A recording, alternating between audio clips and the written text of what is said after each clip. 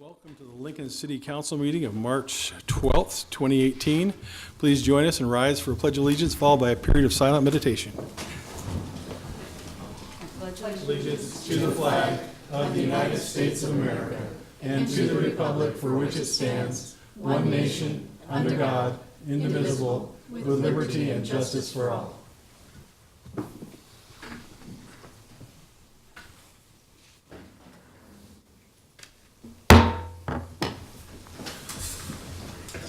Copy of the Open Meetings Act is posted at the rear of the chambers. The order of the business for the City Council is as follows. The clerk will read the items on the agenda, and those wishing to testify will come forward. And testimony will be limited to 5 minutes per person. And those who wish to speak in, oh, you found it. Somebody had taken my script here. All right, the applicant and those in favor should speak first, and then those opposed. The applicant may then make one short rebuttal. Each speaker should begin by stating name, address, and whether you are speaking in favor or in opposition to the item. Again, testimony is limited to 5 minutes per speaker. After all public hearings, the council will vote on resolutions and items listed under third reading. On the second and last meetings of the month, immediately prior to the adjournment, anyone may speak on any issue not on the agenda for that date nor planned for a future agenda. Today is one of those days. Will the clerk please call the first item of business? Yes, and just a reminder, we do request those giving testimony to please clearly state your name and address and to sign in on the sign-in sheet laying on the podium. Our first item of business is our consent agenda, items 1 through 6.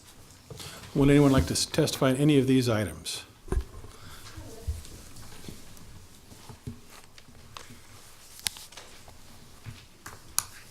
Please come forward.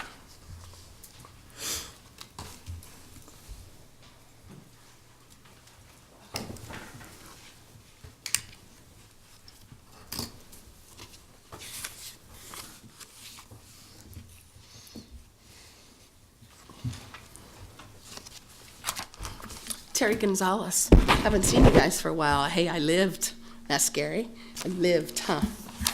So I'm gonna sign here. Gonzalez, Gonzalez, 349 South First Street. The Gonzalez family's been there since the 1800s. So what I'm asking, all right, here's some names I don't know. MTZ, what does that mean? Somebody do a background check. We seem to be, it's not that big of a deal. Hey, let's just give them. I don't know who they are. I don't have a clue who they are. But I know we gave TCW a hell of a lot, heck, I can't cuss, heck of a lot of money. And they were a sack of crap. So I'm going to try not to cuss because, see, I don't know who MTZ is. I don't know what it stands for. I don't even know what it means. But I know that my last name is Gonzalez, Gonzalez. And I'm legally married to Martin J. Gonzalez. Graduate Lincoln High, 1971. Born in our house, April 3rd, 1953. And temporary does not mean a batch plant for 18 years, no matter if a Harvard graduate says it does. Now I understand that I'm not black enough for Ernie Chambers. And I'm not white enough for Colby Coash. And my address is not good enough for any of you. But I'm telling you, you understand the last name is Gonzalez. And I can't hear now. Isn't that nice? Because you know what happens with a concrete batch plant? It has a high-pitched noise, and it goes for straight 8 to 12 hours at a time. And I can't hear. Isn't that nice? Oh, Raybold, here. I wore my glasses today. You know Mr. Guy Ryan? I call him Uncle Butch. He says you roll your eyes when I come up here. So I'd like to see you roll your eyes. Because see, if you're going to roll your eyes when I can't see them, make sure you roll them when I can't see them. Because if you want to go to Congress, and you can't handle one piddly little man at your $1,000 woman march, you make sure you be able to roll your eyes in front of me. Now I'm going to go back and sit down. I was kind. Now, right now, if any of you are offended, you cannot be as offended as I am. Thank you. Would anyone else like to testify on any of these items? You can proceed then and vote on All these right. items. Item 1 was introduced by Raybold. So moved? Second. Moved by Jane, seconded by John. Discussion. Please call the roll. Schob, Yes. Camp, Yes. Christensen, Yes. Eskridge, Not here. absent. Whoops. Gaylor Baird, Yes. Lamb, Yes. Raybold. Yes. Motion carried 6-0. Items 3 and 4 were introduced by Schob. So moved. Second? Moved by Benny, seconded by Jane. Discussion. Please call the roll.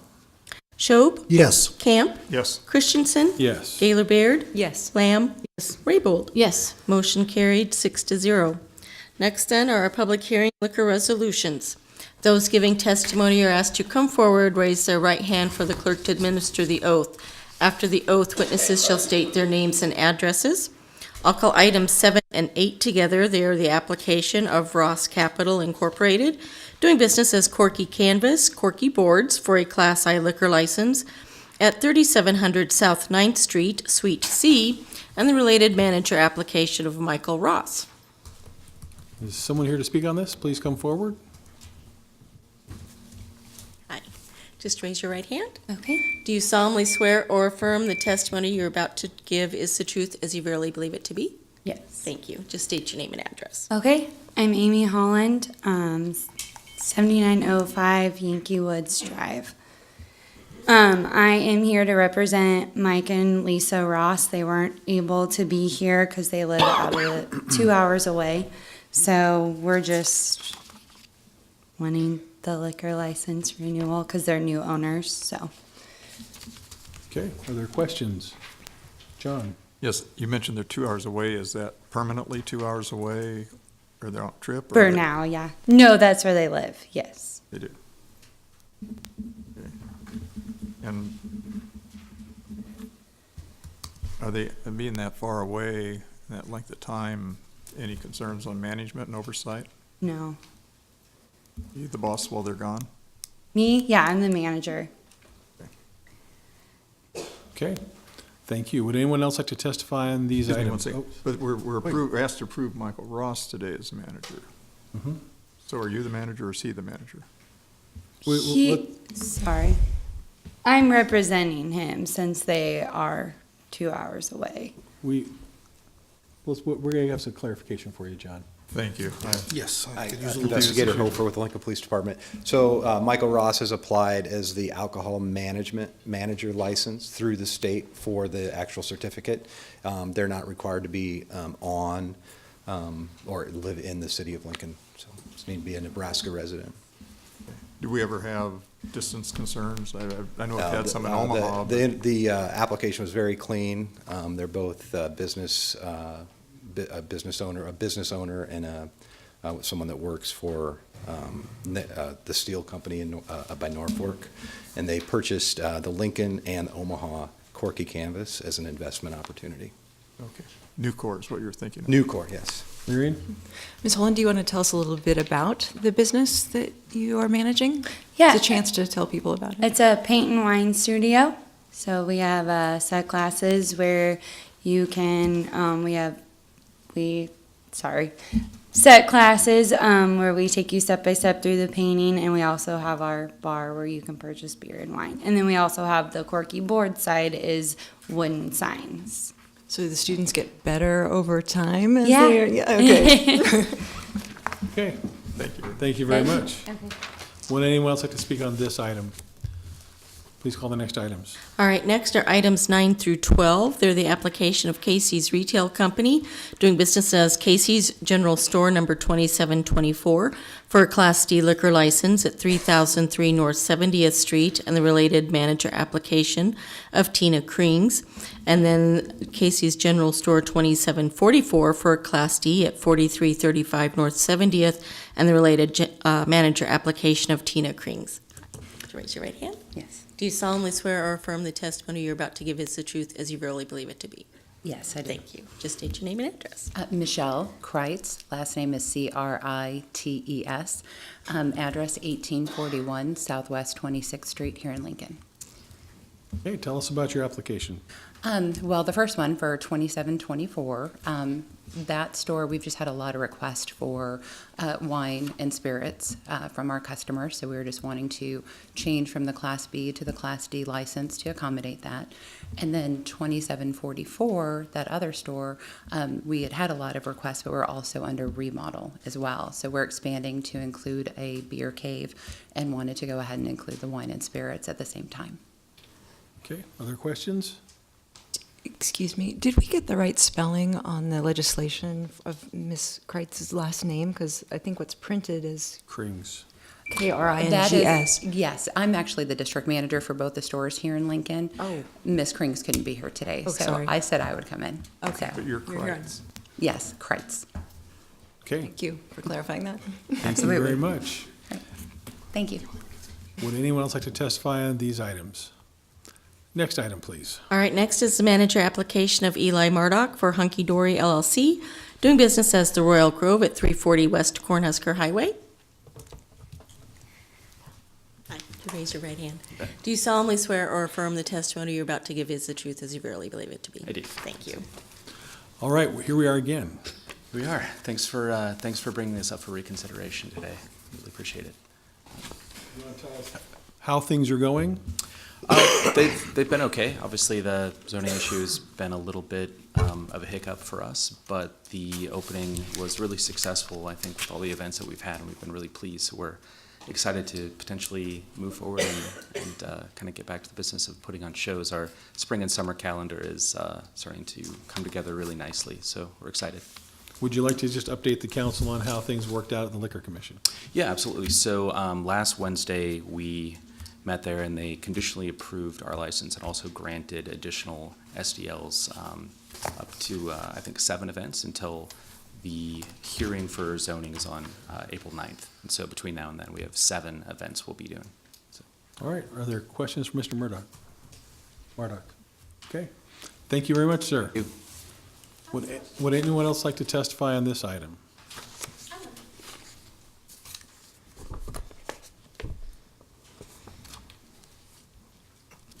Excuse me.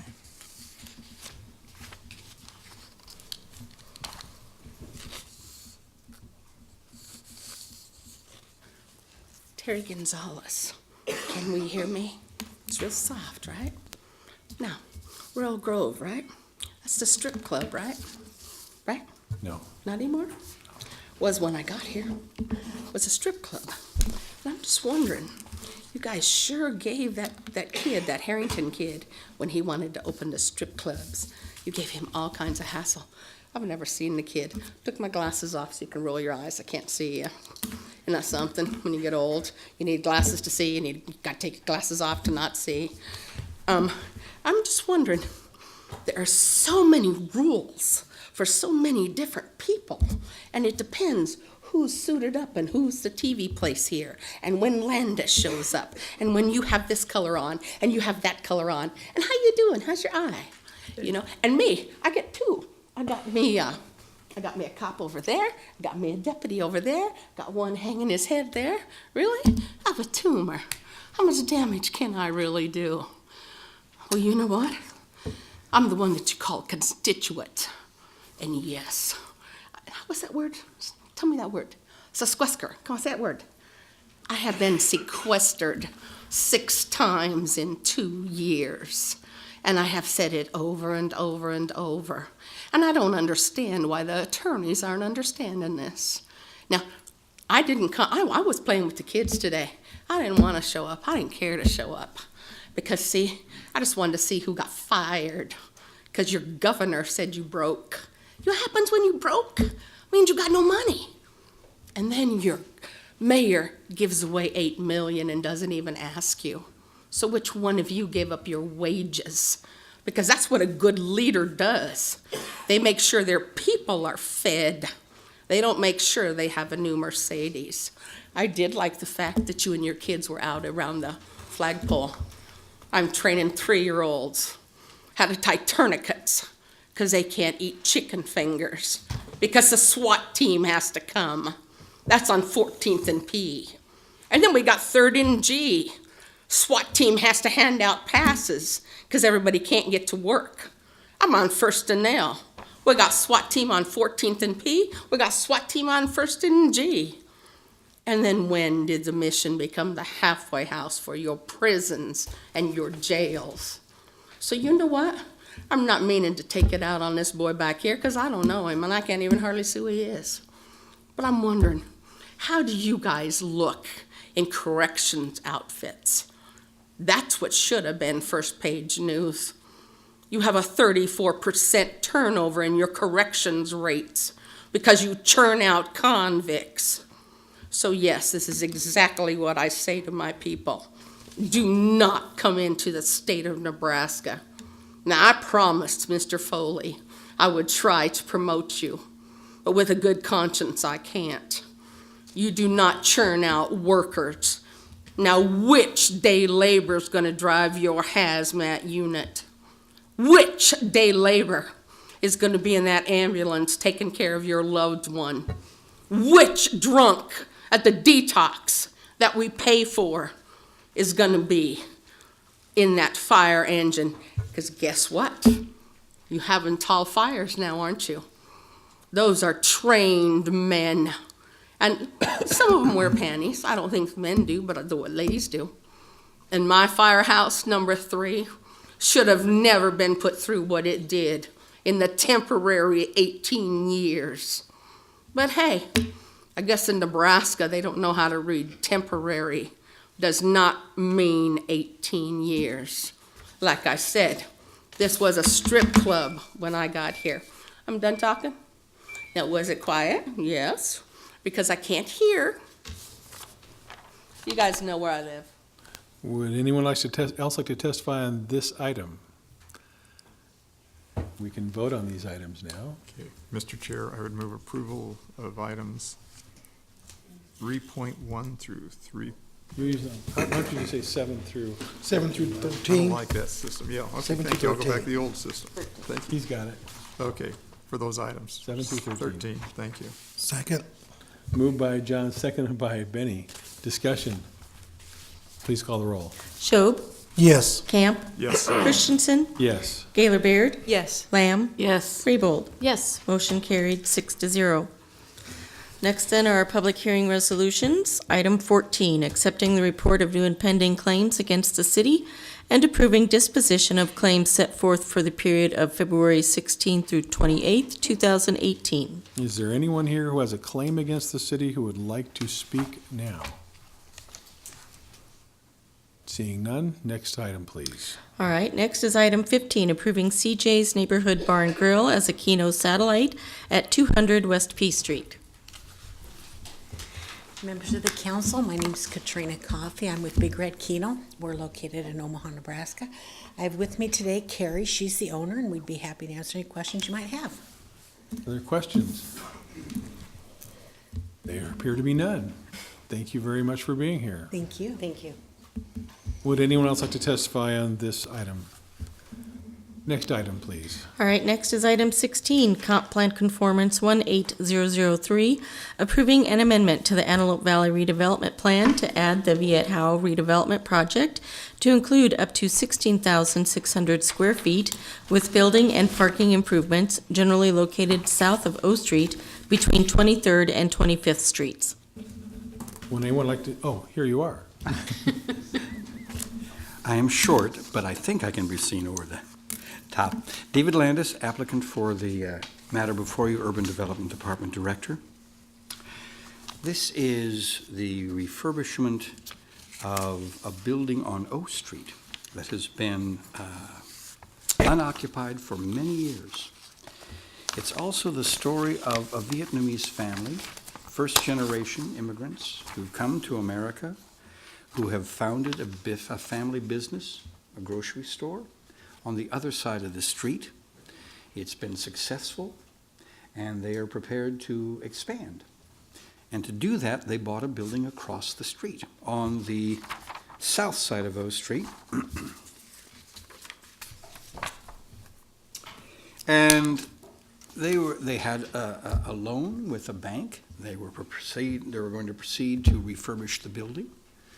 And then they discovered that the building had been built on top of a 15-foot tunnel. And the tunnel was part of the channeling of Antelope Creek. And when they discovered that, what it took to make adjustments in the foundations and the structural strength of the building proceeded to be greater than the original loan that the bank was prepared to make. And so essentially lost their funding and came to us and said, could the city help us with the cost of solving the city's tunnel underneath this building? And we said, why, yes, we could. This is a plan amendment, so our goal is to describe this generally and then later bring to you, in the event you say yes today, with a redevelopment agreement, a modestly sized one, about $130,000, for about $1,300,000 improvement. But let me show you what we showed the Urban Design Committee. Now we're jumping ahead to the actual structure that we think will be there. But I can tell you this, the Urban Design Committee thought it was a splendid improvement for where we were, and it was unanimously approved, as did the Planning Commission, to the action that we're bringing with you today, which is to say that this is consistent with the comp plan, and that we'd like this to be described sufficiently in the Antelope Valley plan area so that we can come back to you with a redevelopment agreement. The developer, which is the family themselves, are here. They've received the assistance of a construction company, and they have been, I think, the only time that I have in living memory had dealings with a developer who was a family that didn't use lawyers. They're using essentially our lawyers to write the redevelopment agreement because the understanding is so clear and so simple, essentially, in this case. We would say that this is a significant improvement for the city of Lincoln. It's on O Street.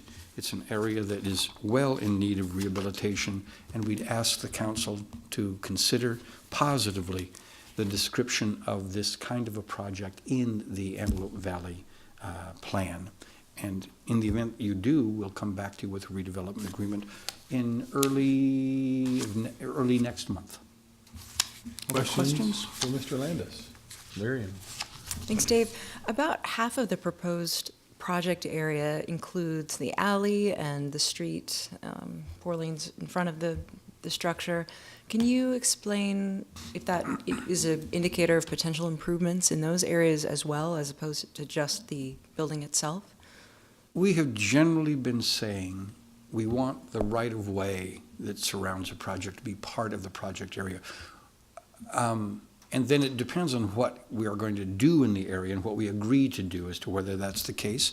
And we were not deaf when we heard that alleys were of interest to at least a couple of members of the council, and without objection, so we put the alley in as well. I can tell you that the expected use of this money is for the tunnel. We're solving a structural issue without which, and if there is no solution, this building will stay like this because of the cost of making that adjustment. Cindy? So did these folks purchase this property from the city? No. So generally speaking, I don't like it when businesses move from north to south, just saying. Even if it's across the street. Well, I think they continue to own the property on the north side of the street. Thank you. Okay, John?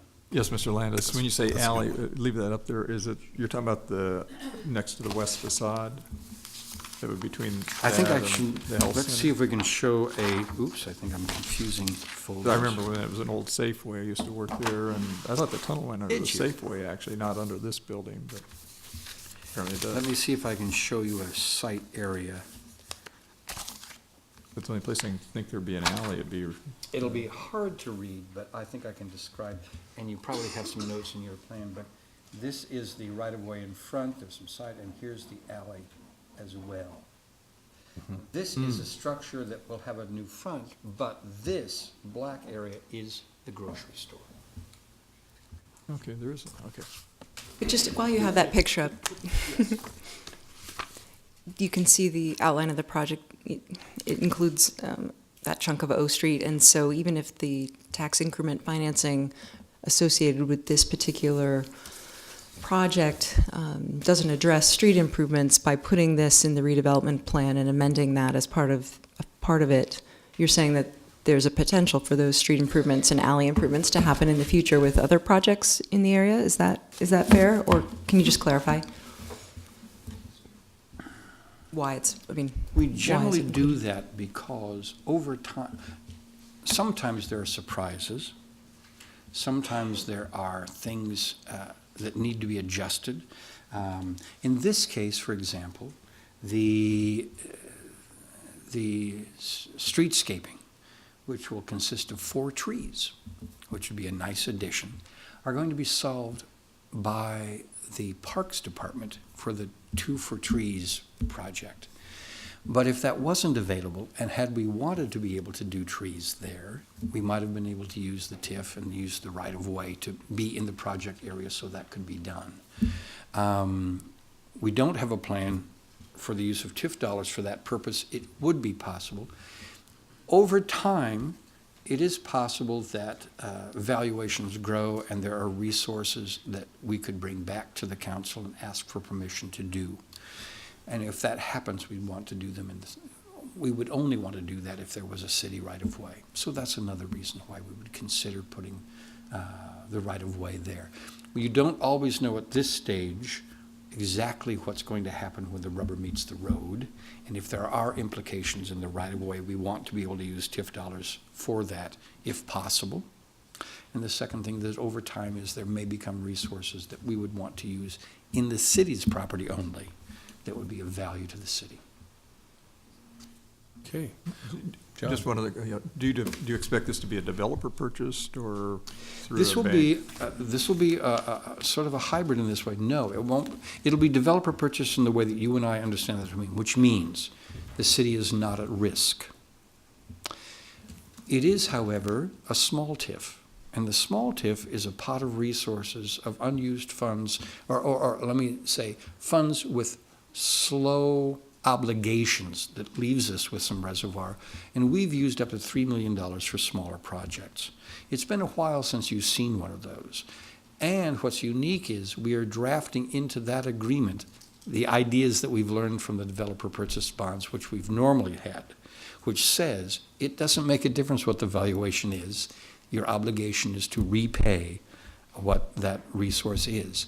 Some of the small TIF agreements of 10 years ago didn't have that provision, and the city did stand behind the small TIF. This is sort of a hybrid because it takes that idea, which we have been adhering to for the last 8 or 9 years, which is there is no city risk, and we've incorporated it into a small TIF. Okay. Thank One you. last question for you. Yes, sir. What are they going to do about the tunnel, just so everybody understands? Are they going to fill it in, or going to Fill it up. reinforce? There That's you right. go. They're going to fill it up. In fact, the city did that on the part of the tunnel that runs under O Street when we discovered the problem and made adjustments in our own structure, but we stopped at the property line, and the tunnel was not dealt with at that time. This will give that solution. I thought we retained those tunnels as a relief if there's an extreme flooding situation. I had thought on Antelope Valley and all, we retained those tunnels just as a relief mechanism, should there be a Not real- in this case, and I talked to Public Works, they've filled in this tunnel. Is there an under O adjacent Street. one then that's? Well, there there's no was problem? one under the project just to the east. You might remember, it was where we did the community health group, the 360 west, group. yeah. Thank you. Is it to the west? Yes. Okay, thank you, it's to the west. And there was a tunnel under there, and I don't believe that we wound up altering that tunnel. Thank you. Okay. Would anyone else like to testify on this item? Come forward, please.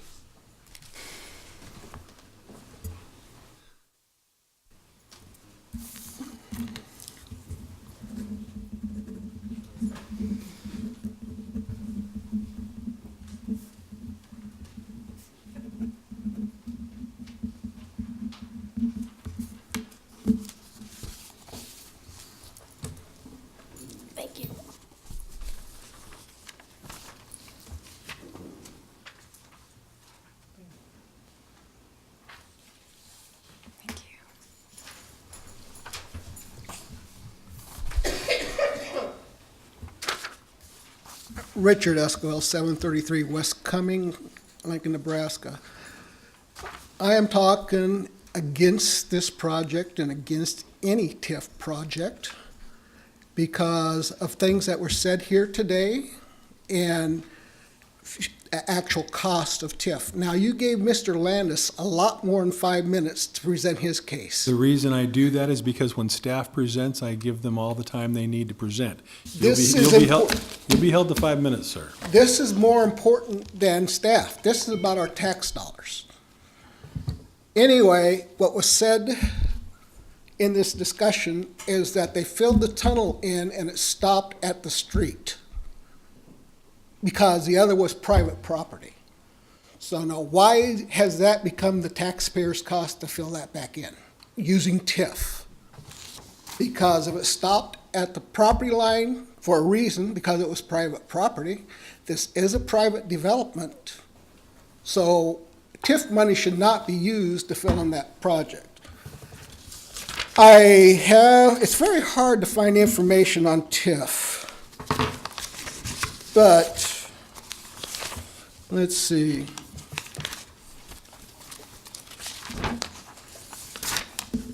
Anyway, it states that you have the base value that is established before TIF projects. And what I got up here is an example of how TIF affects the city and the county. Okay, he said $130,000 TIF. This is $100,000. So let's say the projected tax base is $500,000, and it's a little more than what he has done on this project. Future value is $5 million. So the property increase is $4.5 million. The current tax rate for the city is approximately $2.03 per hundred. So the additional property tax per year on that $4,500 is $9,135, which is going to be used to pay back the TIF loan. So that money assuming a 3-year completion period, so there's 13 years where it's going to be fully valued at the difference of $4.5 million. So over 13 years, that means a loss of tax revenue to the city for city operation of $118,755. Now, lost revenue to the county. County budget is about 15%. City budget's about 15%. School budget's about 60%. So, city taxpayers are losing $17,800. County taxpayers are losing $17,800. Schools are losing $71,250 over this 13-year period. The TIF law states that school boards cannot recap school taxes off the base amount for the completion of the project. So that's lost to the schools. In addition, additional lost revenue for $100,000, right now a loan goes for about 4%. So entrance on $100,000 amortized over 15 years is $33,144. So this is all lost revenue to the city taxpayers. It's got to be made up somehow, either by increasing taxes, lowering services. It's made up by money provided by me and other taxpayers. Therefore, when they present this TIF information, people don't understand the actual cost to the taxpayer. And right now, we're clearly over $100,000 per $100,000 in TIF. He just said he has some TIF projects at $3 million. Well, multiply that by 30. And that's how much money is lost over a TIF project for 15 years. So it's our money. It's not your minute. 1 minute. Okay. It's not your money. It's not the mayor's money. It's not Dave Landis' money. It's the taxpayers' money.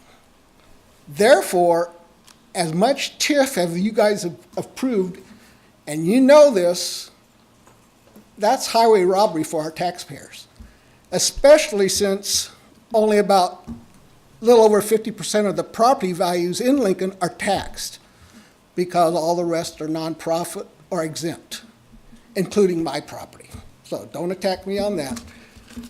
But people need to realize that TIF is not free. It is not good. It's not good for the taxpayer. And I don't care which project it is, TIF, we're giving private people our tax dollars to put money back in their pockets. Therefore, to me, that's robbery. If I offered any of you a $10 bribe to pass a law, I'd be arrested for bribing an official. Thank you, sir. John? Mr. Esquivel, I think you have unless I'm mistaken, you have a math error here. Where you Where? say the additional property tax, 4,500 times $2.03. That's because it's per 100. 4.5 million is 45, well, it's, No, you're taking 1,000 off. It should be Yeah. 91,000. well, then add another zero. That's- 91,000. Okay. Okay, very good. Would anyone else like to testify on this item? Please come forward. Mike Morosin. How's it going, John? Good. I've been through those tunnels over the years. Ed and I have been through the tunnels, and the one tunnel was falling in. The other tunnel, which is to the west of it, they put a divider down it and put a liner in there, and the water does go down there, when the overflow is working and needed. So, with a lot of that. But we went down through there when the chicken place was off hours and raining and that, and was putting the chicken renderings down through there where they should have been going into the other system. Because we went down there and collected a lot of the chicken bones and stuff that were flushed into the system. But I've always had a problem with some of the TIF dollars. I think it should be spent on the facades, those type of things. But when we start spending these dollars, man, on supporting the foundations and that, I think we need to take a look at that, because that is somewhat of a gift to the private development.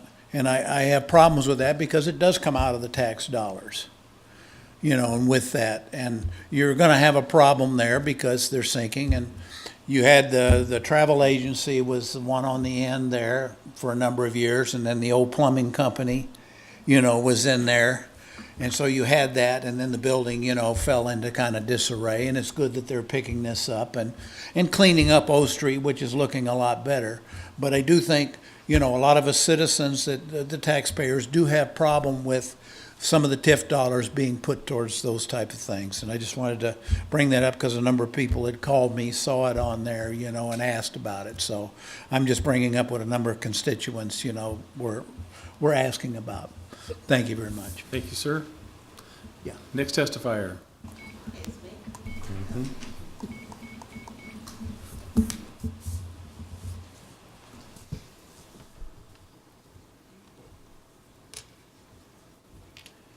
The problem is, I'm not 5 feet tall, and the emergency room gives me a 5'2". What do you think of that? I'm not 5 feet tall, and they give me a 5'2". Huh. All right, let's do this. We know I hate everybody. I hate everything. See, now, my property was pristine condition when I got here. Was pristine condition when my husband got here. Huh. And now we're a graveyard. Mickey, you're looking good. I've left you alone. Jeff, you're looking good. Left you alone. See what happens? Especially when you get old. You get tired. Now me, your governor said your state is broke. B-R-O-K-E. That means broke. No money. No taxes. I have not had a tax refund in 30 frickin' years. And I wonder if it's what am I? Am I Democrat? Am I Republican? Am I independent? I'm a pissed off woman. Now the man back there told me to be nice. In my world, you don't be nice. We don't even call the police because they're too busy down at the chicken fingers. So we take care of it ourselves. Because see, a Harvard graduate told us we weren't good enough. But hey, you know how it is. But I'm really glad that Mr. Christensen there, he was real good to his neighbors, wasn't he? He made sure that they got to do the rules different, so the man with the fryer got to have his fryer. I appreciate that. He got good food over there, doesn't he? You know, the man with the fryer? I appreciate that. Because, see, everybody here thinks. See, politics? This is just politics. And do you think my relatives ever turn tail and run for anybody? Now, this is what I think. I think the leadership of this town, and I mean last 30 years, not the last 4 years, the last 30 years, needs to be ashamed of themselves, because anybody who sacrifices their first responders, they ought to be ashamed. They ought to make sure they go slide that priest some extra money, because you're going to need the insurance when that hazmat's got to come. And you better hope to God it's not one of my people, because they might have to go to the bathroom. Now, I've said it before. Now, little Teresa here gets upset when I come in. But nobody can be as offended as I am. Not any one of you. And if you are good, it's about time you did something. These children can't even eat. What is a chicken finger? I don't have the slightest idea. But I know when they came to me to tell me that they couldn't have chicken fingers anymore, and I had to teach 3-year-olds how to tie tourniquets. Tell me how that's good. Tell me how your TIF money is going to take care of that. Oh, that's right. Florida paid to bury all those children. Well, you know when your shootings happened? It happened at Columbine. Columbine is in Colorado. I know all about Columbine. Now, I'm about tired of coming up here. And somebody somewhere better start doing something. Which one of you gave over your paycheck? Which one of you did? You only make a piddly $22,000. Lancaster County Commission, they make $42,000 to sit up there. So which one of you gave up yours? Which one of you did? Isn't that what a good leader does? Doesn't a good leader lead? Now, General George Patton had a high voice, but this is what he said. You follow, you lead. 1 minute. Or you get the hell out of my way. Thank you for your time. Would anyone else like to testify on this item? Mr. Landis, would you care for any comments? Thank you very much. Next item, please. All right, next is our public hearing ordinances second reading, item 17, Street and Alley Vacation 17005, vacating a portion of North 43rd Street right-of-way, a portion of Walker Avenue right-of-way, and a portion of the east-west alley, generally located at 2320 North 43rd Street. Is there someone here to talk on this item? Okay, well, I believe this is related to the item 22, and we'll be looking at it again next week. Okay, next item, please. Next is item 18, Street and Alley Vacation 17008, vacating the east-west alley from the east line of South 17th Street to the west line of South 18th Street between K Street and L Street, generally located at 1700 K Street. Good afternoon, Chris Connolly, City Law Department. The state of Nebraska has engaged in a project whereby they are going to rebuild the HVAC system in the Capitol building. And they want to do that by use of a geothermal field that is going to be located on this property, generally at 17th and K. There is currently an alley that bisects that block, and that alley is owned by the city. We have a sewer line in there, and there's also a couple of private utilities. The idea is to go ahead and vacate this alley so that the state has the ability to run lateral lines for their geothermal field, and will be able to, they will then send that water back to the Capitol building for their HVAC system. The agreement is that the state will pay for the relocation of the sewer line that is in there.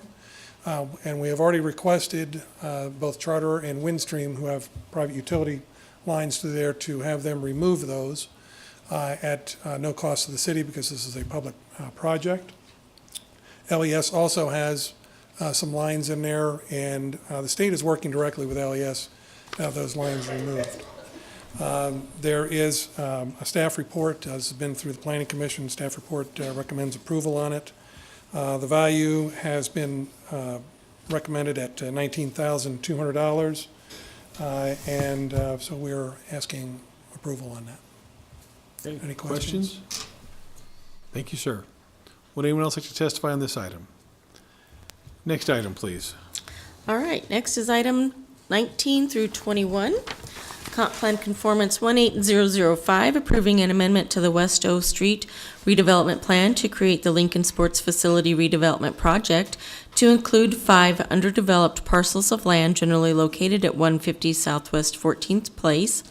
Change of Zone 18001, application of Lincoln Sports Facility for a change from H3 Highway Commercial and I1 Industrial to H4 General Commercial and AG Agricultural on property generally located at 150 Southwest 14th, and Special Permit 18003, application of Lincoln Sports Facility for a special permit to develop an indoor sports facility on property generally located at 150 Southwest 14th Street. Members of the City Council, David Landis, Urban Development Department Director. The applicant, with respect to the plan amendment, I believe the developer will, and the planning department will do the zoning change request from the council. This is a project on West O, an area that we've had a couple of recent projects, and this adds to that. It'll be about a $10 million investment in a sports complex. It'll be 8 volleyball courts, 12 volleyball courts or 8 basketball courts. It's 78,000 square feet, 5,000 square feet for training facilities. And then hopefully 2 structures that will house either allied or, if not allied, at least retail as part of the project itself. This is the project area, and this turnaround will be about in front of where the sports facility is, and the buildings that are mentioned in Phase 2 are in this corner as well. The project has unique circumstances because it has been adjusted over time by looking at the floodplain in the area and also making accommodations for wetlands that occur in the area as well. The Planning Commission ruled unanimously in favor of it. It has not gone to the Urban Design Committee, and that will happen in early April in the event we're allowed to change the underlying plan to allow for a soft landing for the project. The developer is Lincoln Sports Facility LLC, and it is not only a real estate developer, but also folks that are grounded in the city's volleyball community and basketball community. There are a couple of waivers that are being asked for. One is about a side yard setback premised on the fact that there is an adjustment in the location of the building to honor the existence of wetlands. And then a reanalysis of parking, because this facility will have 345 parking stalls. And in fact, if you add the stall requirements from Phase 1 and Phase 2, it totals 332. In other words, there are more parking stalls in the area than are required, but they treat them as one entity rather than 2 separate entities to meet that standard. Hopefully, the project, in the event it's ultimately approved, will be open by the fall of 2018, and they want to be there in time for the sports season, and then the Phase 2 buildings are aimed at the spring of the next year after that. The developer's here, their representatives are here, and they're available to answer their questions as well. We would ask today that you amend the plan in the area to accommodate this kind of a project, and then in early April, in the event we finish our work, we'll bring you back a redevelopment agreement that you may decide whether it meets the needs of the city or not. But we need this step to be accomplished for that work to go forward. What questions might you have for me? Cindy? Thank you. So I was going to ask this at the last time that you testified, but you didn't come back up. Could you just kind of explain for the folks what is the purpose of why you have to amend the redevelopment plan in this and the project before? Sure. There are 4 steps for the creation of a tax increment understanding or agreement with a developer. The first is to designate that a certain area has met the state law's obligations or standards for the finding of an area as being blighted and substandard and therefore available for the use of TIF. That's step 1. The second step is the creation of a plan for that area that generally describes what would be good for the area. What are the kinds of things that would promote rehabilitation? What are the kinds of uses? What are the areas of need that the plan has? That has to be adopted by the Planning Commission and the City Council. The plan itself then is amended to reflect potential projects in the area that were not described by the general description of what's good for the plan, but it identifies projects that are specifically valuable and why those projects are consistent with the underlying plan. That's the amendment process that we're doing today. And then after that, the specific relationship with the developer and the promises that are being made back and forth are brought to the council only. It's not brought to the Planning Commission. And the decision by the council is whether or not it's consistent with the comp plan, it's consistent with the plan, and in their judgment, is a good thing for the city to undertake.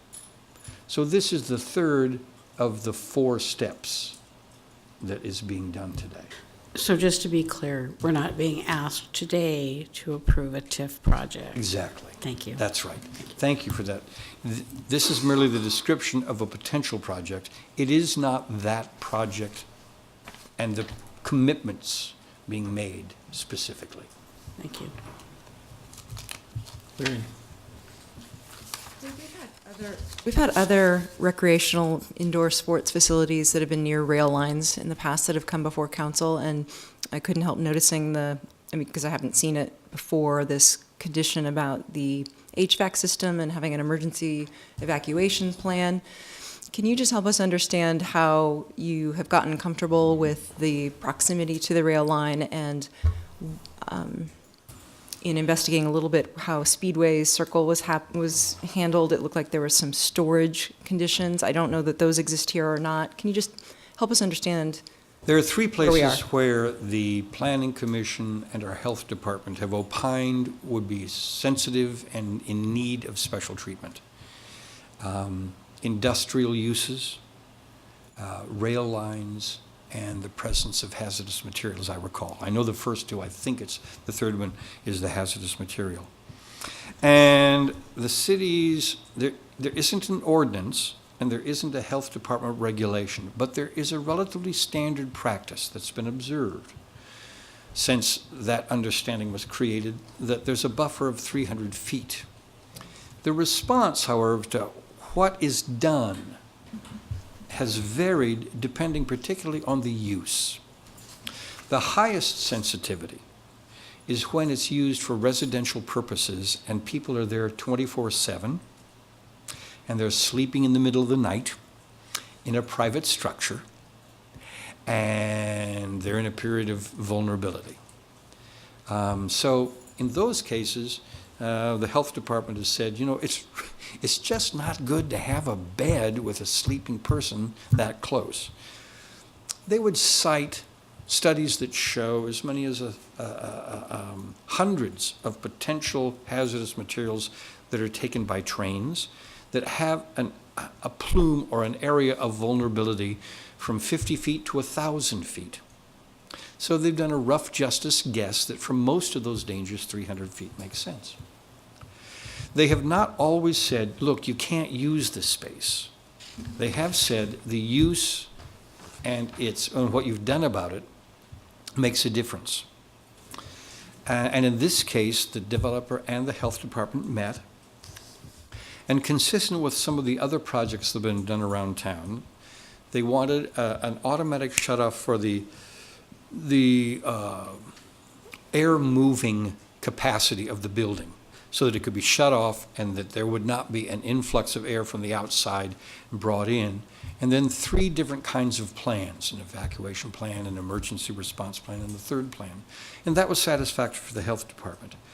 In the case of the Elsie project in the North Bottoms, however, when people were spending all of their time there and they were sleeping overnight as well, the solution wasn't that kind of a tool. It was moving the building out of the 300 foot. In other words, there is a kind of way in which the health department looks at the use, the vulnerabilities, and the responses that have been made. That's occurred in this situation, and the developer and the health department have aligned themselves along the plan that the developer has agreed to follow in this case. One question, just follow up. So thank you for that explanation. It's helpful, and these are all very unlikely scenarios, and we don't like to even think about them. But obviously the likelihood is very low. But with the Speedway Sporting Village, did they have a similar provision given, or were they greater than 300 feet from the rail line that they abut? I do not know what the specific response was in that case. I'll find it and I'll share it with the council. Okay, thank you. Okay. Thank you very much. Next testifier.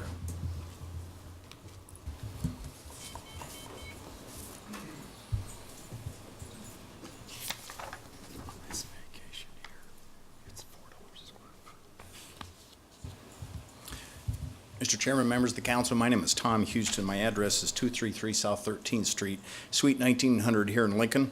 With me today, first of all, I'm appearing on behalf of Lincoln Sports Facility, LLC, but with me today is Sam Manzito from Manzito Development, Matt Cumrow from Supreme Court Basketball, and also Maggie Griffin from Volleyball Club of Nebraska. The item on your agenda relating to this project are really driven by the demand for an exponential growth of youth sports in the city of Lincoln. The city of Lincoln continues to grow, and the demand for recreational facilities for youth sports continues to grow with it.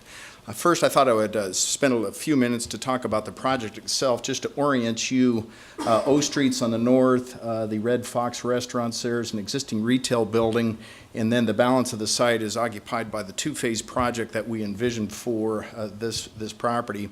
The first of which is the 78,500 square feet sports facility located in the southern area.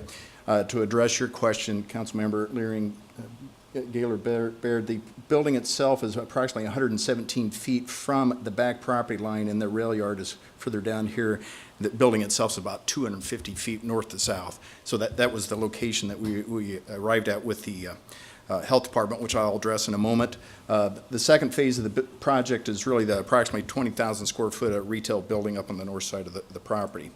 The sports building itself will be reflected by this floor plan. You can see the overlay of 8 basketball courts and 12 volleyball courts within the structure itself, with a entryway vestibule on the north side of the building. The mechanical area will be on the top northwest portion of the building, more than 350 feet from the rail line to the south. The basketball courts and the volleyball courts will really be used on a non-concurrent basis. The most courts that could be in use at any one time is no more than 12. We do have some architectural renderings that will be taken to the Urban Design Committee meeting. I believe it's going to be April 2nd. This is the sports complex as you enter from O Street. And again, this is a rendering of, again, the sports complex building with a depiction of the retail building that will be built as a part of the project. Now, Now, the three items on your agenda really relate to the plan amendment, to the change of zone, and to the special permit. I agree with all the staff report listing of all the reasons that this plan amendment is consistent with the comprehensive plan. That staff report talks about the supporting of the Westo business community, that this plan amendment will assist in the efforts to remove blighted and substandard conditions, that this project it constitutes an infill development that will use existing infrastructure without additional cost to the city. This project will help mitigate adverse impact on adjacent saline wetlands. And also, one of the things that was very important for this location of the site was really the ease of access to the West Bypass and Interstate 80 for this facility. This facility will be used not only for practice and games for Lincoln teams, but also will be used for regional and national tournaments that will be attracted to the city. So the plan amendment, we believe, is consistent with the comprehensive plan for those foregoing reasons. On the two land use items, this map depicts the change of zone. You can see that it includes this outlot that is located to the west. That's a saline wetland area. That is being changed from an H3 zone to an agricultural zone to ensure it's never developed. It's non-developable anyway. There's no way you can get a building permit because of the Salt Creek storage capacity issue here, but the change of zone just ensures that from a city perspective. So the change of zone is a larger area than the special permit, only covers the area without that saline wetland area. 1 minute. So with that, I would ask for your support of the project. We believe that the demand for such a facility in the city of Lincoln is growing every day. There's a lot of teams, there's a lot of activity. We plan to be in front of the Urban Design Committee on April 3rd, excuse me, and then back in front of the City Council for the redevelopment agreement first part of April. With that, I'd be happy to answer any questions you may have. John. Good to see you, Mr. Houston. Thank you. And thanks for the synopsis here. This is just kind of a general question, but we've seen in the past several years some other youth sports projects, and they've kind of had some burps, or one never came to fruition. Mm-hmm. Can you help us understand how this is, or how this plays in respect to those? What I can tell you is why this project is financially feasible. That this project is financially feasible, number one, because of the tax increment financing. This project would not work without the tax increment financing. But a key component of it is that the ownership is really reflective of the users, too. The Volleyball Club of Nebraska and Supreme Court of Nebraska, Supreme Court basketball, are heavy users, and they need to control their own destiny. And that's really why they're membership of this limited liability company, because of their concurrent demand for practice time and court time and game time and tournament time. So I believe that this facility will be used virtually 12 months of the year because of the demand placed upon those organizations and the youth sports that they really engender within the community. And I'm still confused, you know, the Abbott Center is kind of on the, I guess, maybe closing or what have you, and I know we've helped on some other projects with tax increment financing, so I'm just want to make sure that this we get off the ground in the right way. And so nothing, you have some key people that you named earlier, Mr. Landis named earlier, who are in the development team. Just trying to understand here, you know, we're not to pick losers and winners, but just to see that this has the support where the others hadn't. Well, and as I mentioned, I think the built-in demand because of the ownership group and their desire to control their own schedule and their own destiny is the main differentiator, because the organizations really organize the teams and organize the leagues and organize the tournaments, and have projected the calendar that it will be used, maybe not around the clock, but continuously on a very thorough basis. Thank you. Okay. Thank you, sir. Well, Larry. Thanks, Tom. Can you maybe give us some hints at what might be envisioned for the commercial buildings? I mean, that's another aspect of this project, is that it will potentially enhance the West O business area. Yeah, we don't have any users identified. I think the adjacent retail building, I think it's whereas Fat Jack's is located, so it is possible for a restaurant, but we really think it would be helpful for a sporting goods store. I think that'd be appropriate retail use. We also are amenable, it's kind of a flex building. The H4 zone is fairly flexible. might be appropriate for an office use too. With approximately 20,000 square feet, we're not trying to identify all the users yet, but I think keep a flexible approach to it adjacent to this facility. Thank you. Thank you. All right, next testifier, please. Come forward, please.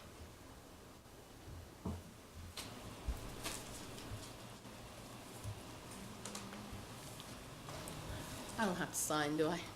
We know me. All right. We're going to do this, ask them what time it was, because I deal with 3-year-olds, and they're home watching. Now, let's take these keys, okay? Whose keys are they? Anybody know? See this right here? This is in honor. This is St. Anthony's medal. It's honor for Jeff's son, okay? Jeff knows. I told him. Set him into a class in honor of your son. The next one is a medal. So am I Catholic? Who knows? Depends the day, right? It's Saint Sebastian. Do you know who he is? He's the patron saint of the iron worker. So whose keys are these?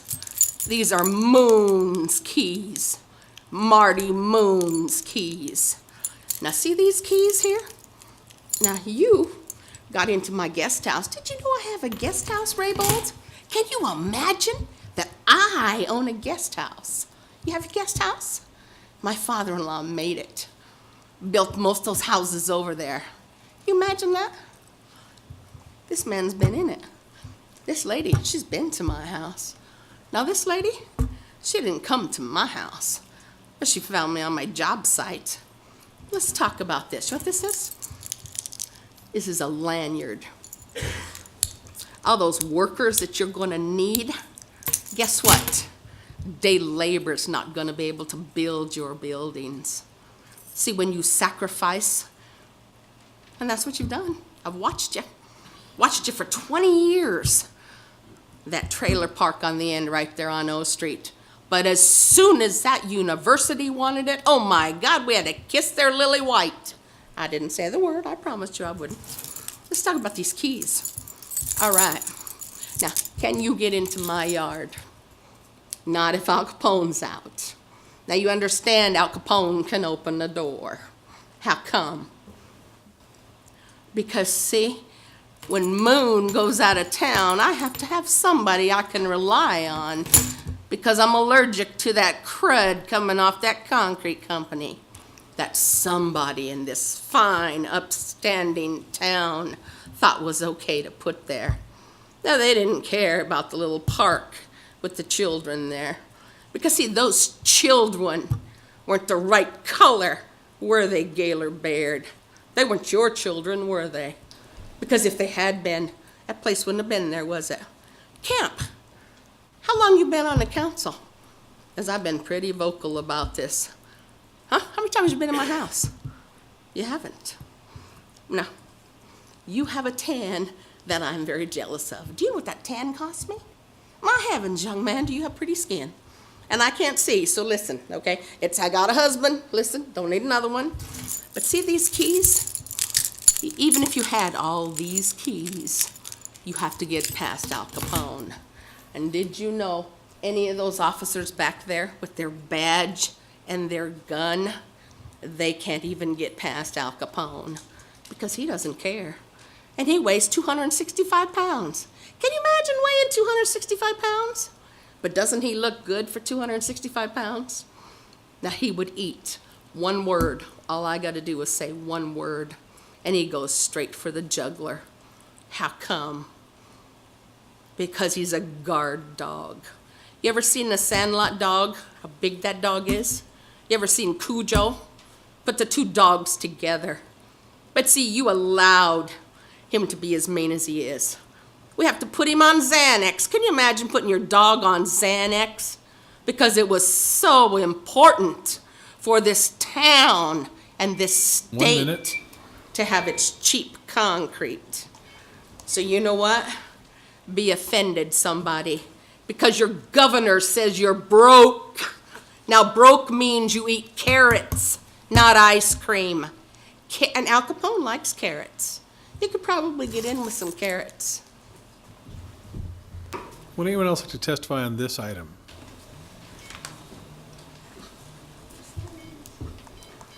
Rich Esquivel, 733 West Cumming Street. Now, this looks like a very nice project, but it's private. Private companies do not build these things to lose money. They build them to make money. Now, it took me a while, but TIF law, first off, let's go to this project. Did they buy the project, or are they leasing the project from the land? Because they've got an attorney, a plan, a design, and they're ready to move forward if the zoning gets changed.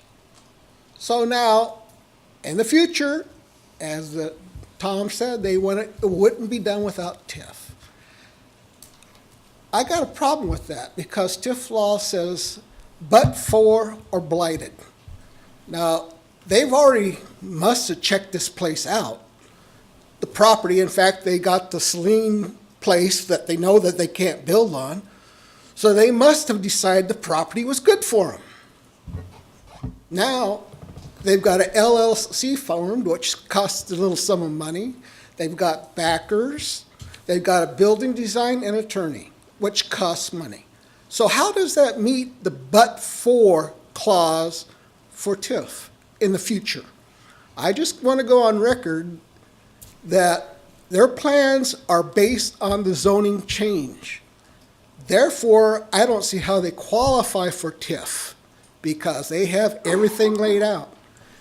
Now, all TIF projects have not paid out. I can name, let's see, Verizon building out there is now vacant. And Speedway Motors on Northwest 12th and Interstate, that has never had anybody on it, and yet they both qualified for TIF. So maybe the money, I don't know, they're still paying taxes, but why were they given TIF? The one on Northwest 12th and the Interstate was to present office spaces, nice off. As far as I know, they're there, but the building's still empty. Verizon is now empty because they have moved. And there's other TIF projects that you brought up, about Abbott Sports Center, that have questionable. But TIF should not be used for private companies to make money by getting a free loan from the citizens of the city. Now, what I read in the description, that they're going to be applying for over $1 million in TIF. Well, take my figure times 10, and that's how much money of Lincoln's going to be tied up. And that's a lot of lost revenue for our schools. That's a lot of lost revenue for the city and county administrators to spend on their dear projects. TIF is a legal theft of taxpayers' money. Like I said earlier, I can offer you a $100 bribe and I'll be arrested. But you're saying that I can't see how you can say but for this project would not be built, because how much money have they already spent? I know as a businessman, I don't lay out hundreds of thousands of dollars on a project saying but for. So why, TIF is legal theft from this town's taxpayers. Thank you. Would anyone else like to testify on this item? Mike Burrows, just for your information, when you're thinking about this, you might want to take a look at the apartments at 10th and Y Street. They're very close to the tracks, and see what their plan was for evacuation, because you've got students there 24/7. And the rail yard, is right there, the rail lines. And that flat wheel that you hear going down the railroad tracks in the cold weather, what that does is split apart the joints on the tracks. So, there's always a potential for a derailment to happen, especially carrying the chemicals and that. So you might want to take a look how they were able to satisfy the requirements, because they're within 300 feet. So thank you very much. Okay, anyone else? Please come forward.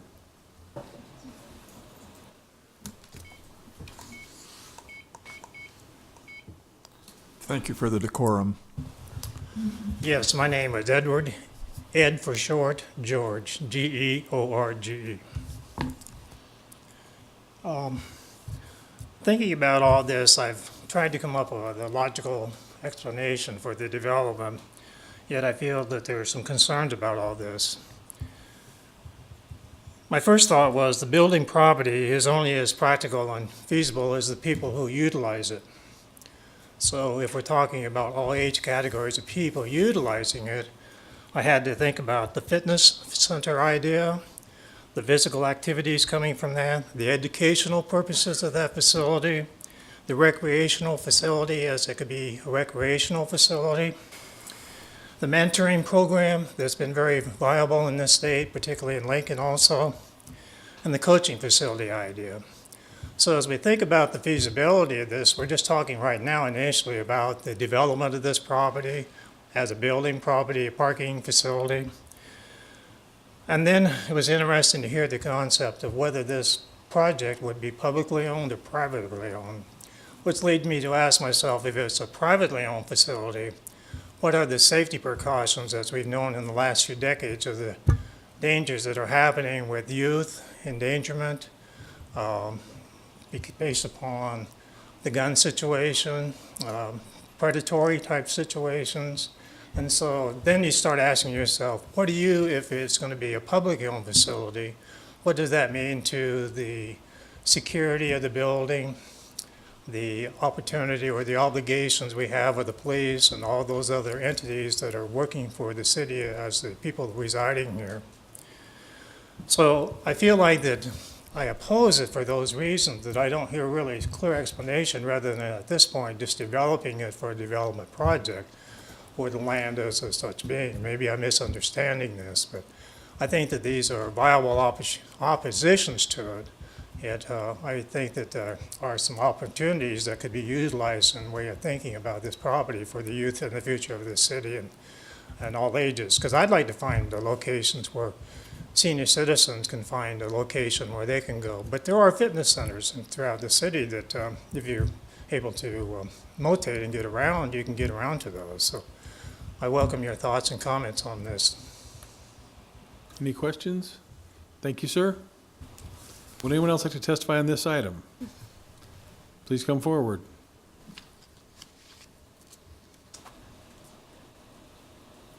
My name's Bobby Brewer. I live at 701 West R Street. I don't know a lot about the TIF that some of the gentlemen are talking about. I do live on that side of the town. And right over the viaduct, it seems like the university has really had interest in. So now they're trying to beautify that part of it. Well, with these people coming in, I think they're going to lengthen that. And with what they're proposing, I also work on West O Street. So in a sense, that draws more people and more eyes to even the business that I work for. So I believe it could be potentially good for me also. Thank you. Thank you, sir. Would anyone else like to testify? Next item, please. All right, next is our public hearing ordinance third reading, item 22, Street and Alley Vacation 17006, vacating a portion of 17th Street right-of-way, generally located between Vine Street and a point approximately 300 feet north of R Street. And before we proceed, I want everyone to know that there has been a request from the administration to delay this item for 1 week. However, we are available for public testimony if you so desire. Is anyone here to testify on this item? Richard Esquivel, 733 West Cumming. Delay it a week, but I would like you to consider my offer at $1.25 a square foot for that property. Thank you, sir. Next item, please. That concludes our public hearing. We can move into the voting session.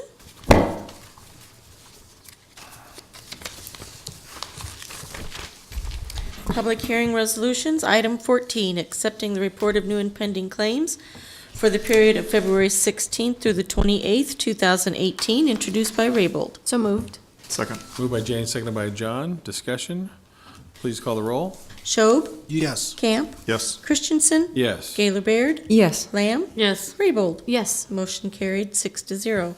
Item 15 is approving CJ's Neighborhood Bar and Grill as a Keno satellite at 200 West P Street, introduced by Raybold. So moved. Second. Moved by Jane, seconded by John. Discussion? Please call the roll. Schob, Yes. Camp, Yes. Christensen, Yes. Gaylor Baird, Yes. Lamb, Yes. Raybold. Yes. Motion carried 6-0. Item 16 is Comp Plan Conformance 18003, amendment to the Antelope Valley redevelopment plan to add the Viet Howe redevelopment project, introduced by Raybold. So moved. Second. Moved by Jane, seconded by Lyrian. Discussion? Please call the roll. Schob, Yes. Camp, Yes. Christensen, Yes. Gaylor Baird, Yes. Lamb, Yes. Raybold. Yes. Motion carried 6-0. Public hearing ordinances second reading are items 17 through 21. I'll Can I- entertain a motion on item 22. I move we delay with public hearing item number 22 for 1 week. Second. Moved by Jane, seconded by Cindy. Discussion? Please call the roll. Schob, Wait, I'm sorry. I just need to ask, are we voting on all the items or just this motion? Yeah, we kind of skip. I wanted to speak to something about item 17, so if there's a time for that prior to the final vote. Well, it won't be voted on tonight. We won't be I voted wanna on tonight. I know I want to continue public hearing since the applicant was not here, and I feel like while we have the staff report, there is no public discussion of what that item entails, so if we will be voting on it next week, if we could continue the public hearing, that would be a motion I'd like to Okay, make second. at the appropriate Okay, moment. moved and seconded that item 17 be held over with public hearing next week. But previous to that, we have to vote on a motion that's in front of us right now. It's Right. moved and seconded. So this is on delaying item item 22. 22. Please call the Schob? roll. Yes. Camp, Yes. Christensen, Yes. Gaylor Baird, Yes. Lamb, Yes. Raybold. Yes. Motion carried 6-0. Okay, now I'll entertain the motion on number 17. I'd like to move that we continue public hearing next week on item 17. It's ordinance 18-30, because the applicant was not present to explain the request. Second. Okay, moved by, Voting with and- hearing. Yes. Public hearing and vote. and voting. Mm-hmm. Moved by Leary and seconded by Cindy. Discussion? Please call the roll. Schob, Yes. Camp, Yes. Christensen, Yes. Gaylor Baird, Yes. Lamb, Yes. Raybold. Yes. Motion carried 6-0. Anything else? Now we're on to 23, I hope. Yes, then we're on to ordinances, third reading. Item 23, approving an amendment to the Lincoln Municipal Code, Section 8.26.040, to change the date from September to October for the Health Director to report nuisance abatement costs to the City Council, introduced by Gaylor Baird. So moved. Second. Moved by Leary and seconded by Jane. Discussion? Please call the roll. Schob, Yes. Camp, Yes. Christensen, Yes. Gaylor Baird, Yes. Lamb, Yes. Raybold. Yes. Motion carried 6-0. Item 24 is approving an amendment to Lincoln Municipal Code, Chapter 8.20, to add new sections on cleanup of vomiting and diarrheal events, hand washing signage, and food handler permit requirements, introduced by Gaylor Baird. So moved. Second. Moved by Leary and seconded by Benny. Discussion? Jane? Yes, I intend to vote in support of this amendment. I did further research. I stand corrected. This is a very common practice in most food establishments, and so I will support it. Further discussion? Please call the roll. Schob, Yes. Camp, Yes. Christensen, No? Gaylor Baird, Yes. Lamb, Yes. Raybold. Yes. Motion carried 5-1. Item 25, Comp Plan Conformance 18001, declaring approximately .15 acres of property generally located at 1233 Garden Valley Road as surplus, introduced by Gaylor Baird. So moved. And I think it Second. says .15 acres. Is that? 1.5. Yeah, okay. Yeah. Second. Moved by Leary and seconded by Jane. Discussion? You were correcting this point. .15, yeah. .15. Okay. Please call the roll. Schob, Yes. Camp, Yes. Christensen, Yes. Gaylor Baird, Yes. Lamb, Yes. Raybold. Yes. Motion carried 6-0. Item 26, Comp Plan Conformance 18002, declaring approximately .17 acres of property generally located southeast of Northwest 48th and West Adams as surplus, introduced by Gaylor Baird. So moved. Second. Moved by Leary and seconded by Benny. Discussion? Please call the roll. Schob, Yes. Camp, Yes. Christensen, Yes. Gaylor Baird, Yes. Lamb, Yes. Raybold. Yes. Motion carried 6-0.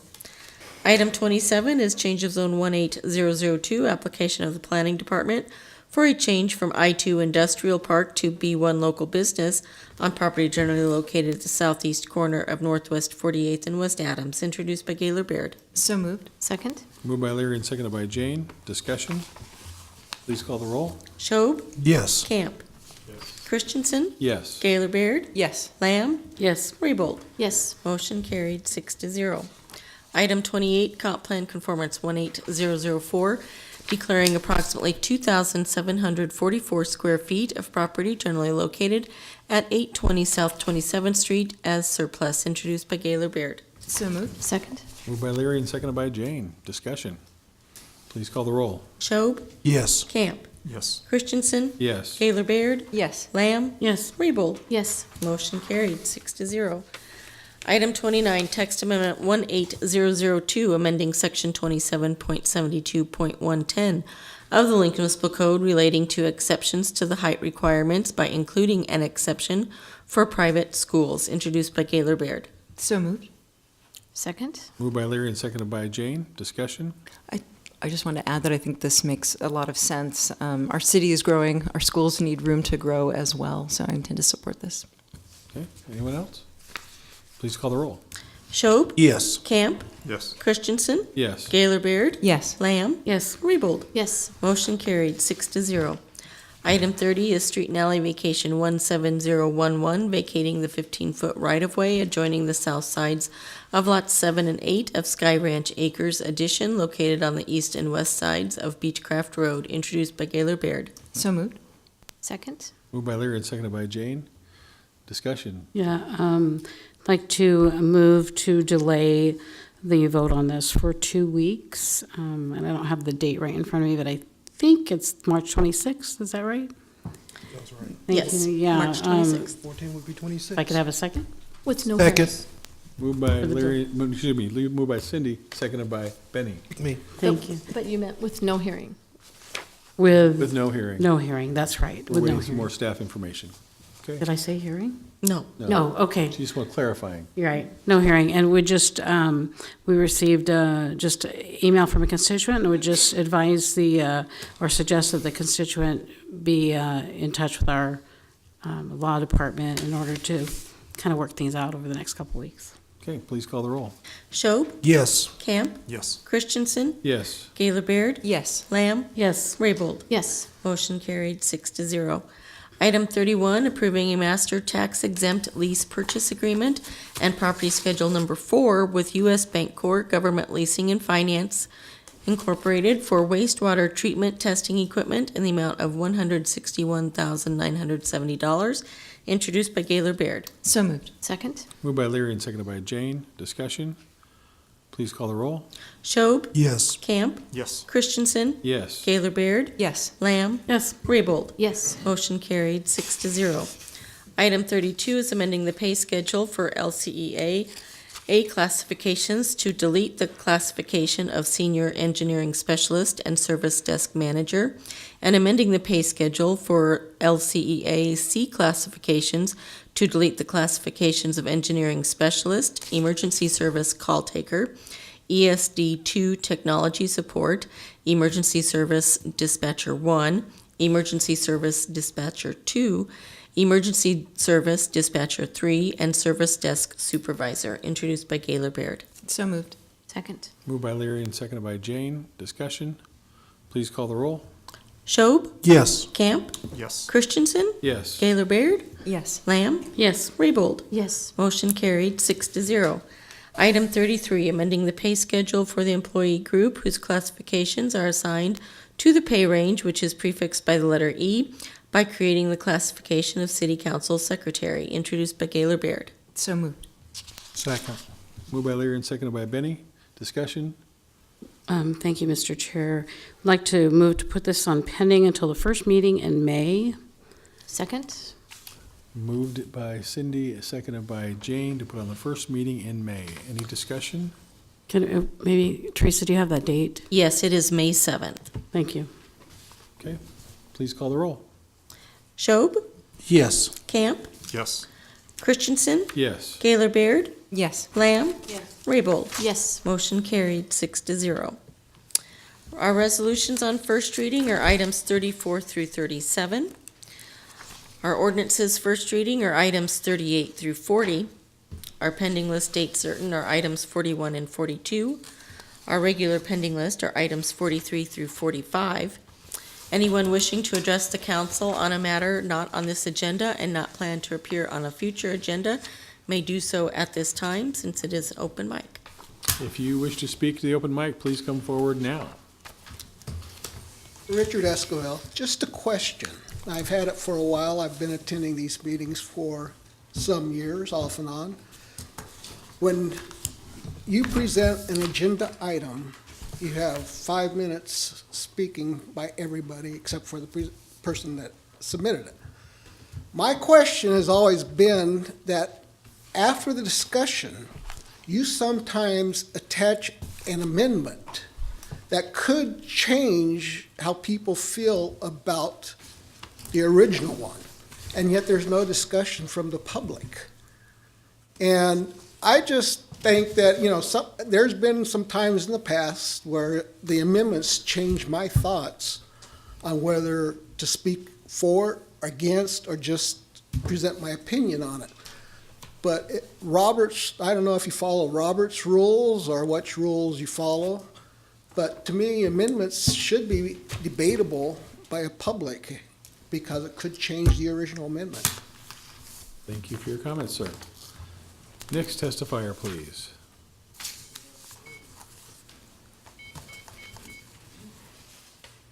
I'm Clarice Loomis, owner and operator of C&L Dairy Suite. It's on the corner of Coddington and West Van Dorn, where they're halfway done with a roundabout there. I have come here because I hope you might have some influence to encourage whoever's in charge of this project to continue working on it. In 2016, when we had a public meeting, they said phase 1 was going to start April of 17, that's last spring, and the final phase is going to be done in October of last fall. They may be half done with it now. I have not had any real true evaluation of how they're going to work or how soon they're going to work, but last year there were several times when the contractor, it was beautiful, hot, dry ground, and no one was there working.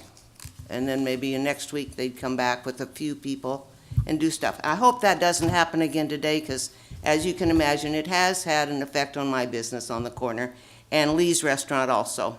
And Jan couldn't be here today. But that's the long range that I wanted to comment, and hope that maybe somebody can oversee this a little better and get the contractor to finish up as soon as they're supposed to, or at least before the end of this next year. My immediate problem or comment I have contacted Benish Construction. They're kind of over the contractor, TCW. And this spring I asked, hey, you trenched through the driveway. The business is closed in the winter, but I do have a renter there that uses the Van Dorn driveway. And I asked them, could you put some rock, maybe a half a truckload is all. And they said, well, it wasn't bad enough. I didn't need any rock. And my renter is complaining. And I don't know why I can't get any help with that. There's the trench. And then here's another one, how they've left it into Van Dorn Street. And it's just disappointing they don't take care of that one little small item to, anyway. I would, if you can be of any help to me, I'd appreciate it. Other questions? Cindy? Thank you. Thanks for being here today. Appreciate it. I know that this is a longer procedure than you anticipated, but I just want to tell you that we appreciate you staying in business and doing what you can do out there. You guys are a staple in Lincoln, and you're appreciated by a lot of people. Been there 38 years. Yeah. Thank you. Anybody else? Well, our Public Works Director is here and present, so you're being heard, not just by us, but by the department that can work with the contractor. And, you know, if it takes all of us going out to CNL Dairy Suite for a lemon soft serve to, you know, get our eyes and ears on the ground, we might have to do that. We'll be back in the middle of April again. So, Ms. Loomis, you know, you've gone through a whole 2 seasons now with No, this? Or just one, last just the year, one, just yes. 17. And so, and it's still not resolved. What kind of impact is this having on your business? You said it's having an impact. I was down almost half last year as opposed to other years. Okay, and what do you think the impact would be on your business financially if you had to go through another season of that? I don't think, it may go up a little bit because we do have both entrances open now, but it's still confusing. People ask me, you know, visitors from out of town, well, is that, they'll call and say, well, I don't know how to get to your house. And because of the barricades and the temporary roads they put in, trucks have run over the barrels and it's really tight for them. But I'll be back again in the spring. Again, talk with Ms. Esposito after the meeting. Okay. She'll. I recognize that now. Okay. Anyone else like to testify on this item? Okay, It's open someone, mic. anyone else wants to come up? It's open mic, there's no I item. know. They can jump on this bandwagon if they want. Please, next person. George, come on up. Yes, to begin, my name is Ed George. I have a concern about the sidewalk situations here in Lincoln. This became apparent to me. I had a friend who was at the Lancaster Rehab Facility. To the east of there is the St. Francis Church on South Street. And as I was leaving the Lancaster Rehab Facility, you probably noticed I'm limping, and I have Parkinson's disease. So as I walked towards the bus stop, because I ride the bus almost every day for convenience, I came to right in front of St. Francis Church, and there was a fire hydrant, looked like a brand new one, on the sidewalk. The new sidewalk was not at the same level as the existing sidewalk, was about that much higher. I tripped and fell. I just had both new hips replaced to the tune of $140,000, which was paid by insurance. My question is, when these conveniences of sidewalks, and as you know, there's a school just in that same vicinity there where kids are riding the bicycles to and from. My concern is if that was a brand new fire hydrant, when that sidewalk was placed, was that inspected by anybody? Because when I fell and hurt myself, I thought I broke my nose. I was bleeding profusely. My shoulders are still hurting from that.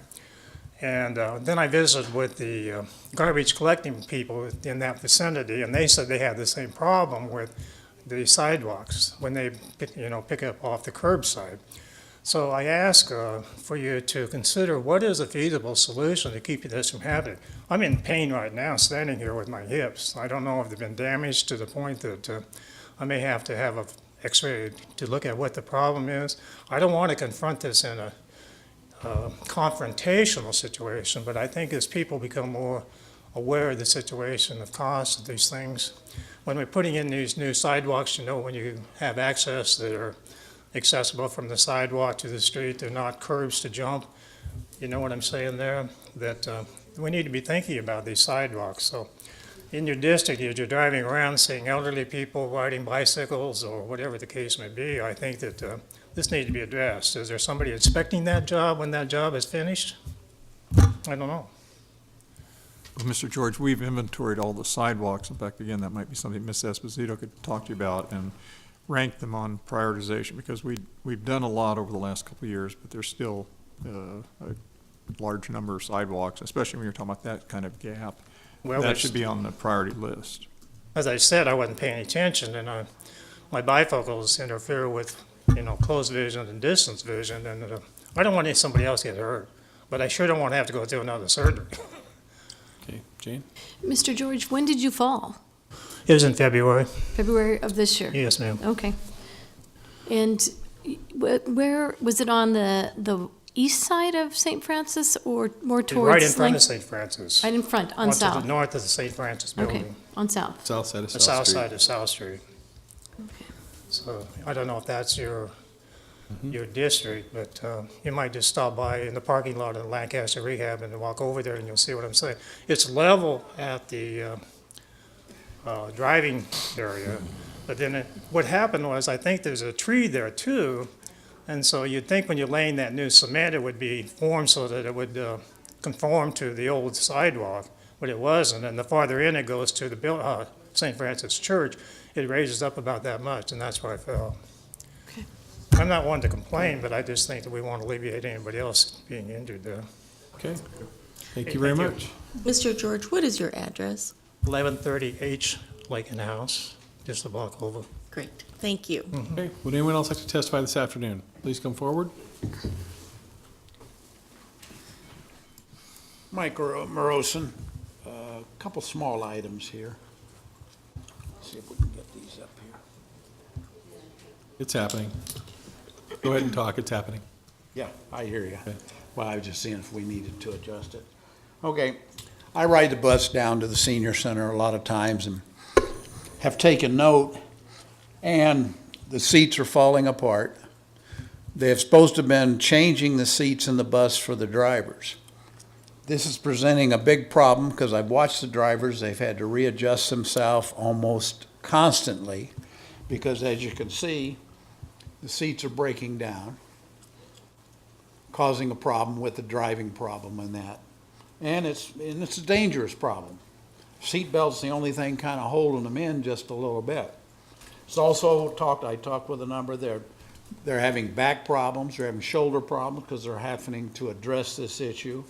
I think as a city we can do much better. Holding off until the new buses get here is not the answer, because that may be 6 months or more down the road. They said at the union meeting, well, we've got seats ordered months ago. A couple of the seats have been replaced. So I think we can get those seats in there because it becomes a safety problem with carrying souls on board, just like on the plane. You know, and if these drivers are having to do adjustments all the time, that's troubling. Think of yourself sitting in a seat, the springs and that, and you're having to make an adjustment. Where's your attention? It kind of is not focused on driving most of the time. It should be focused because you're carrying passengers, human cargo. So, and some of the seats are worse than this. Some of the seats are getting that way. So I think this is an issue that needs to be taken a look at and see what the problem is. Also, another one of the problems is, even though they say there are brakes designed into the routes, let's take the route that goes basically from Walmart to South Point. On that route there, especially on heavy traffic days or on some days, the driver barely makes it and it's departure time. So the driver can't even get off the bus and go to the bathroom. So he may have 3 or 4 hours, or she may have 3 or 4 hours before they get a potty break. Many of the ladies are having problem with urinary tract infections because of having to hold that. Now you yourself, you know, it's a human function. And we are having these drivers, these routes are so tight, they can't even get off the bus to go to the bathroom. Now, that needs to be addressed because that's causing a problem. If you're sitting there having to go to the bathroom, your concentration is being pulled away from driving. I want you to seriously think about that. We need to do this. These are our employees by the city, and to treat the employees this way, this is sad. You're creating problems for their backs down the road, their shoulders, kidney problems, urinary problems. We're creating problems. And why should we be treating our employees that way? You wonder why there's a morale problem. Well, here's part of the morale problem. They go to the union meetings, the reps come down there basically, and they're given somewhat of a lip service because I listen to it. A friend of mine goes down there, it's the one driver, and records it for me. 1 minute. And so I listen to the recordings and what the answers are. And so I took some pictures just to bring this up to you. So I think we can do better. Thank you very much. Questions? Thank you. Would anyone else like to testify? Please come forward. My name is Dwayne Polzine. I live at 5000 South 67th Street. I come before you with a suggestion that somebody do a little bit of work on the landfill situation. I'm real pleased that the corrugated cardboard is being diverted, but we all see lots of these things around, and I think it's time that the city, or actually the whole country, take a step forward and do something about the propensity for people to discard these things into our trash, and suggest you consider developing an ordinance or something that would persuade people to move towards something more like this, which is a reusable bag that groceries and any retail establishment might use. Jane Raybold, I bet, could give us a quick figure, if she would, about how many bags go out of her businesses, and perhaps multiply that by some fee, which I understand certain cities do apply toward this sort of thing, and also paper. And part of the fee is reimbursed to the merchant, and part of it goes to the city or government agency. You would see a big spike in revenue, I bet, the first year or two, and that could be appropriated somewhere. I don't know where, but I'm sure you could find a place to put it. And that's basically my presentation. I would urge you to look in, well, have the attorney, wherever they are, draft something that would address this particular issue. So, any questions? Questions? Thank you, sir. You're welcome.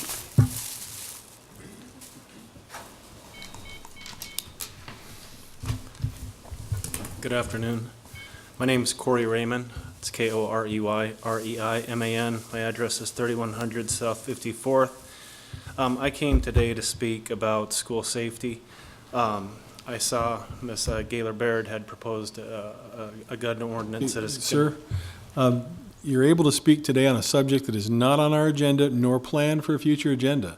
So if you're speaking about her item, I'm not. okay, then steer clear of it.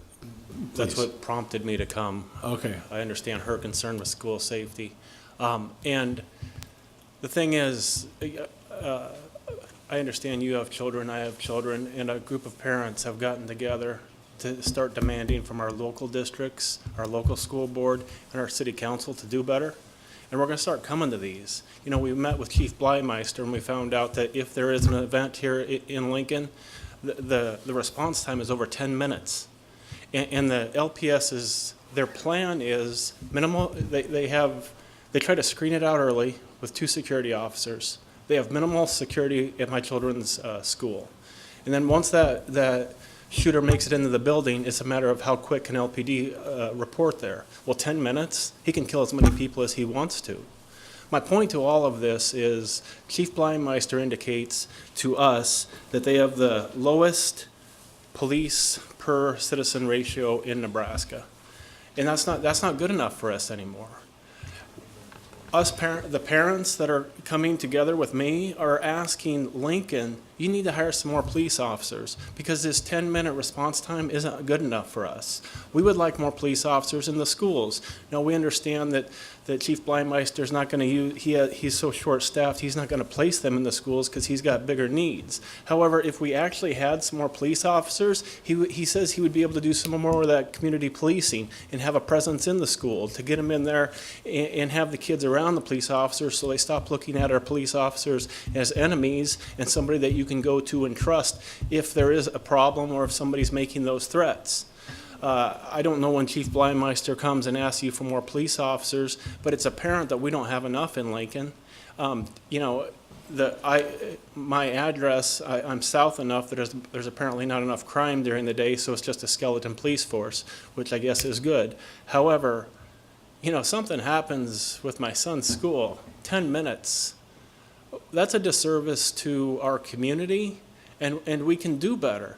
And while I appreciate Ms. Gaylor Baird's efforts that are going to be coming up, there's a lot more that the city can do, and that is more police officers. It's not lost on me that a defense attorney is asking for more police officers, but I see it as a win-win that I might get more clients that way. But, you know, we're going to start hitting up every school board meeting. We're going to start coming here to every city council, because I'm sure Ms. Gaylor Baird, again, I'm not speaking to her bill, but as a parent, she wants to do whatever she can to protect not only her children, but all the kids in her district. And there's more that we can do.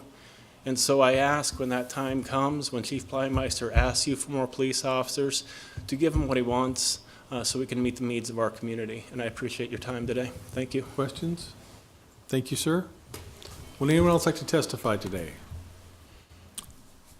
Well, Mr. Chair, seeing no one come forward, I'll get one of my annual hats out here. And moving for Raised. John O'Camp. Well, now, 3 years ago, I was in Camp Ireland. There really is a Camp Ireland. No stop signs or anything. They have a great pub, though. You took too long to move adjournment. We have somebody else who wants to talk. You are out of Or, order. you know, I don't. You'd be fired from this. Well, now, actually, I only came up because I was support the gentleman who, about the plastic bags. Maybe Lincoln should consider an ordinance banning plastic bags. Like him, I use the store-bought canvas bags. You know, you can buy for like $1, something like that or less, and they last forever. And I see people coming out, so a Super Saver, they have a whole grocery cart filled with plastic bags. And they may not even return them to the recycling. I don't know. But again, I think maybe we should consider a ban on plastic bags here in Lincoln. Thank you, sir. Thank you. I will now entertain a I motion to will- adjourn. I will move for adjournment and wish everyone a happy St. Patrick's Day. Second. Moved by John, seconded by Jane. Please call the roll. Schob, Yes. Camp, Yes. Christensen, Yes. Gaylor Baird, Yes. Lamb, Yes. Raybold. Yes. Motion carried, 6-0. We're adjourned. Hey, by the way, thank you.